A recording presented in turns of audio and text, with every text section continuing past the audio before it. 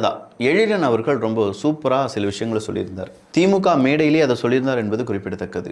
விஜய் அவர்களிடம் ஒரு man power இருப்பது உண்மைதான். அந்த மேன் பவரை தன் அரசியல் லாபத்திற்காக பாஜக முத்திரை குத்தி வலிந்து பாஜகவிற்குள் ஆள் சேர்த்துவிடும் ஏஜென்ட் வேலையை தான் திமுக செய்கிறது அப்படின்னு சொல்லி.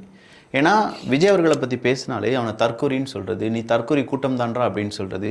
ஒரு கட்டத்தில் நீ என்னடா என்னை தற்கொரி கூட்டம்னு சொல்கிற, அதனால் நானே பார்த்துக்கிறேன்டா அப்படின்னு சொல்லி ஆளும் கட்சிக்கு எதிரான ஒரு மனநிலைமையில் இளைஞர்கள் மாறி வருகிறார்கள். அப்போ இளைஞர்கள் சொல்கிறாங்க, ஜென்னிசெட் மொழியில் பேசுகிறதுக்கு நமக்கு தெரியலை, அதுக்கு பதிலாக புதிய ஒரு 200 யங் பேச்சாளர்களை எடுத்திருக்கிறார்கள். அந்த 200 யங் பேச்சாளர்களுக்கு எழிலன் அவர்கள் சொல்லக்கூடிய ஒரு அட்வைஸ், ஜென்னிசெட் மொழியில் பேசுங்க, கழகத்தினுடைய செயல்பாடுகளை சொல்லிக் கொடுங்கள், நாம் என்ன செஞ்சுருக்கோம் என்ன செய்யலை அப்படிங்கிறதெல்லாம் மக்கள் புரிந்து கொள்ள வேண்டும் அப்படின்னு சொல்லி அதற்கான ஒரு விளக்கத்தையும் கொடுக்க ஆரம்பிச்சிருக்காங்க. எது எப்படி இருந்தாலும் இன்றைக்கி அரசியல் களத்தில் நடந்த முக்கியமான செய்திகள் எல்லாத்தையும் பார்த்துருப்போம். இதே மாதிரி